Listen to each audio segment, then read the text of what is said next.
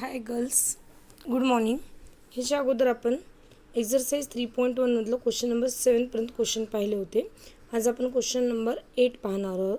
Which of the following equations has a solution. आता जे आपल्याला इक्वेशन दिलेले येतं त्याच्यापैकी सोल्युशन कशाचे ह्याला आहे, म्हणजे सोल्युशन कोणत्या इक्वेशनचे आहेत. तर बघा, cos 2 थीटा इक्वल्स टू -1 हे आपल्याला प्रॉब्लेम दिलेला आहे. cos 2 theta equals to -1. आता कॉस परत कशाची व्हॅल्यू 1 आहे, तर cos 0 इक्वल्स टू काय आहे 1. इतकं समजलं. त्यानंतर परंतु आपल्याला व्हॅल्यू काय दिलेली, मायनस दिलेली, म्हणजे cos 2 थीटा इक्वल्स टू काय आहे -1. cos 2 थीटा इक्वल्स टू -1 आहे आणि cos 0 इक्वल्स टू 1 आहे. आपल्याला काय करावं लागेल, ह्याच्या प्लेसवर ह्याला मायनस लावावं लागेल, म्हणजे इथं पण मायनस लागेल, म्हणजे ह्याच्या दोन व्हॅल्यू आहेत ह्या काय होणार आहेत, सेम होणार आहेत. ओके, बघा, -cos 0. cos 2 theta equals to -cos theta असेल तर आपण काय करतो, cos पाय मायनस थीटा करतो. हे बघा, -cos x असेल तर cos पाय मायनस x करतो. cos 2 theta equals to cos pi. cos pi minus theta असेल तर आपण काय घेतो, cos थीटा घेतो. आता हे बघा, त्याच्यानंतर cos theta equals to cos alpha. आता cos थीटा कशासोबत कम्पेअर करायचं, cos अल्फासोबत. ज्यावेळेस cos theta equals to cos alpha असते त्यावेळेस थीटा इक्वल्स टू काय असणार आहे, 2n pi plus minus alpha. परत एकदा बघा, cos theta equals to cos alpha असेल तर थीटा काय ते 2n pi plus minus alpha, n belongs to z. cos 2 theta equals to cos pi. आता इथं cos theta equals to cos alpha आल्यानंतर आपण theta equals to 2n pi plus minus alpha घेतो. तसंच इथं कंडिशन काय आलेली, cos 2 theta equals to cos pi, म्हणजेच cos 2 theta equals to cos pi. आता ह्याच्यामध्ये बघा, थीटा इक्वल्स टू काय घेतो आपण, 2n pi plus minus alpha. आपल्याला काय घ्यावं लागेल इथं, 2 theta equals to 2n pi plus minus अल्फाच्या प्लेसवर आपल्याला काय घ्यावं लागेल, पाय घ्यावं लागेल. समजलं. हे जे 2 इन 2मध्ये इकडे येऊन काय होणार आहे, डिवाईडमध्ये. हे बघा, 2 theta equals to 2n pi plus minus pi. Theta equals to 2 हे इन 2मध्ये इकडे येऊन काय होते, डिवाईड. 2 काय होणार, कॅन्सल. n पाय प्लस मायनस हे पाय ॲज इट इज, हे 2 इन 2मध्ये इकडे येऊन काय होणार आहेत, डिवाईडमध्ये. इतकं समजलं. n belongs to z means cos 2 theta equals to -1 have a solution. याचं काय आहे, सोल्युशन आहे. तसंच त्याच्यातलं सेकंड बघा, cos square theta equals to -1. आता इथं cos स्क्वेअर थीटाची व्हॅल्यू डायरेक्ट काय आलेली आहे, -1 आलेली आहे. म्हणजे आपण स्क्वेअर रूट जरी काढलं तरी याची व्हॅल्यू निघेल का, नाही. म्हणून this equation do not have solution. हे फक्त लक्षात ठेवा, कारण MCQमध्ये हे क्वेश्चन येऊ शकतात. 2 sin थीटा इक्वल्स टू 3/2, म्हणजेच sine theta 2 sin theta equals to 3 आणि sin थीटा इक्वल्स टू 3 काय येणार आहे, 2 येणार आहे. This equation do not have solution. आणि तसंच टेन्स आहे. समजलं इतकं. आता बघा, एक्झरसाइज 3.2 ह्याच्यामध्ये काय दिलेले, find the Cartesian coordinates of the point and polar coordinates are. Cartesian आणि पोलार कोऑर्डिनेट आपल्याला दोन्ही फाइंड आउट करायचे ह्याच्यामध्ये. आलं लक्षात, आर आणि थीटा. आता बघा, ह्याच्यामध्ये अगोदर याच्यात एक्झरसाइज 3.2मध्ये आपल्याला काय फाइंड आउट करायचं, find the Cartesian coordinate of the point and polar coordinates are. आपल्याला Cartesian coordinate and polar coordinate आपल्याला फाइंड आउट करायचे. तर ह्याच्यामध्ये लक्षात ठेवायचं बघा,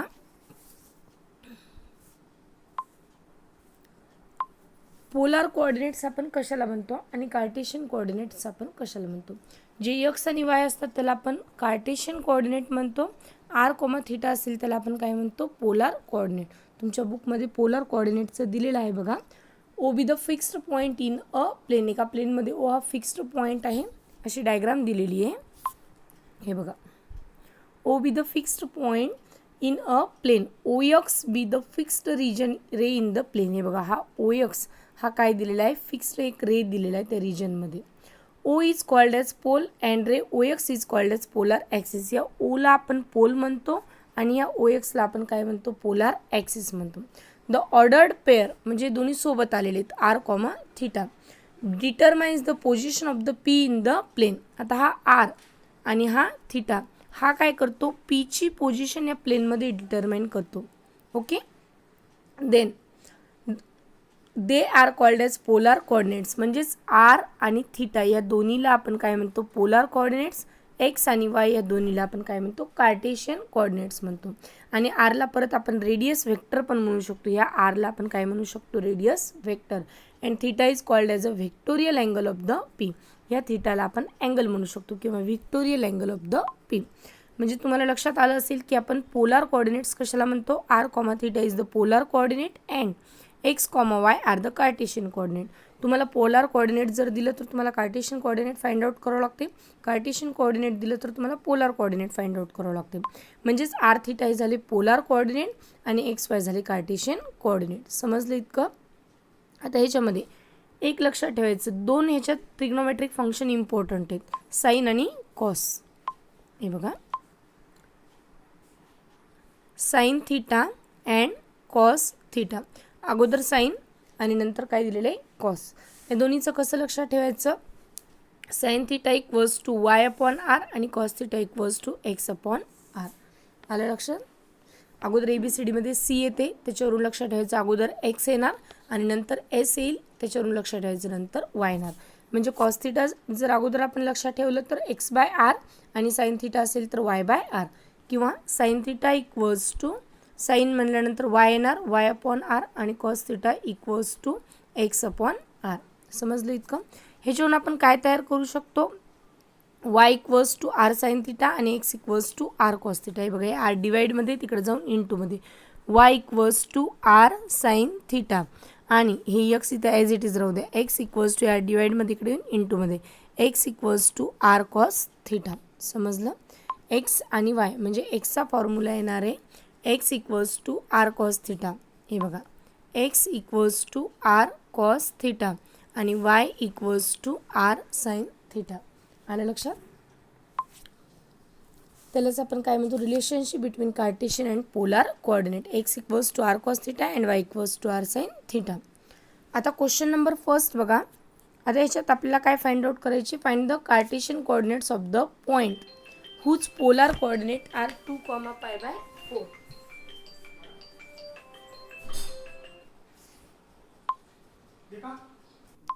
आता ह्याच्यात आपल्याला काय दिलेले तर पोलार कोऑर्डिनेट्स दिलेले आहेत. लक्षात ठेवायचं, पोलार कोऑर्डिनेट्स दिलेले आहेत. कार्टेशियन कोऑर्डिनेट फाइंड आउट करायचे.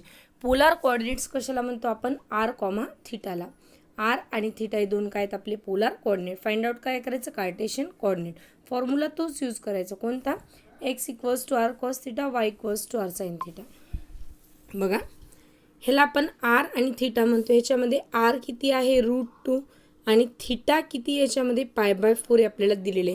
आपल्याला काय फाइंड आउट करायचं, एक्स आणि y. X equals to formula काय होता, आर कॉस थीटा आणि y equals to r sine theta. समजलं. एक्स इक्वल्स टू आरची व्हॅल्यू किती आहे आपल्याला दिलेली, √2 कॉस थीटा. थीटा म्हणजेच काय ते π/4. अगोदर हे आपण फाइंड आउट करू.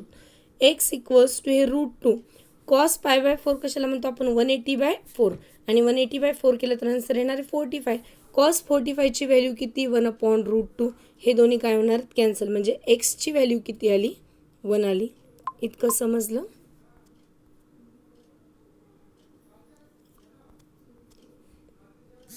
बघा, एक मिनिट.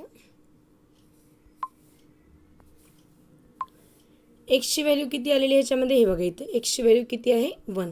तसंच आपण वाय जर फाइंड आउट केलं, √2 × 1/√2 वायची व्हॅल्यू सुद्धा काय आलेली, 1. लास्टमध्ये काय लिहायचं, the required Cartesian coordinates are. दिलेले कार्टेशियन कोऑर्डिनेट्स काय येतं, एक्स वाय इक्वल्स टू 1,1. समजलं इतकं. परत बघा, ह्याच्यामध्ये पण आपल्याला पोलार कोऑर्डिनेट दिलेले आहेत. म्हणजे आर आणि थीटा भेटलेला आहे. R equals to 4 and theta equals to π/2. आरची व्हॅल्यू 4 आहे, थीटाची व्हॅल्यू किती, π/2. X equals to r cos theta आणि y equals to r sine theta. आलं लक्षात. एक्सची व्हॅल्यू किती आपल्याला फाइंड आउट करायची, आरची व्हॅल्यू किती आहे 4, कॉसला कॉस थीटा किती आहे π/2. कॉस π/2 कशाला म्हणतो आपण, कॉस 90 आणि कॉस 90ची व्हॅल्यू किती येणार आहे, 0. म्हणजे एक्स इक्वल्स टू 4 × 0 जर केलं तर आन्सर काय येणार आहे, 0. ही आली व्हॅल्यू एक्सची. तसंच आपल्याला साईनचं कसं फाइंड आउट करायचं, y equals to r sine theta. Y equals to r किती आहे 4, साईनला साईन. थिटाची व्हॅल्यू किती याच्यामध्ये π/2 म्हणजे sin 90ची व्हॅल्यू किती 1 कारण cos 0ची व्हॅल्यू किती आहे 1. 4 × sin π/2ची व्हॅल्यू येणार आहे 1.